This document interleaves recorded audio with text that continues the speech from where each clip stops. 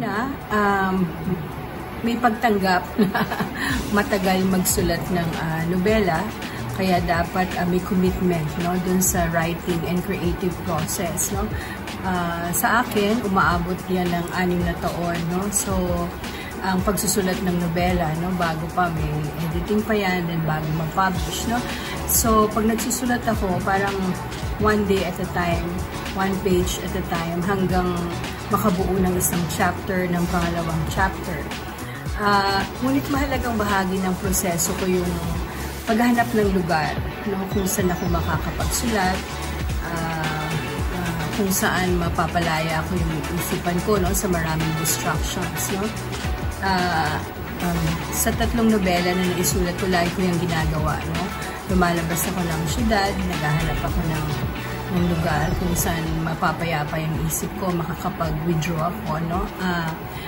Ang sabi ko nga, yung state of happiness, isa yan sa pinakamahal kong maraming nagastos na pagsusulat, kasi yan ay may paglabas ako ng bansa, no. In fact, na unang nagkaroon ng seed sa isip ko yung nobela na yan sa Japan, no.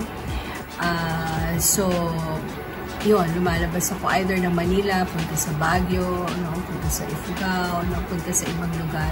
Kasi kailangan magkaroon ka ng isang spasyo bilang manunulat, bilang novelista, na hindi ka madidistract, no? At isang spasyo na may privacy, may creativity, at hindi so familiar na hindi ka na mati-trigger yung imagination.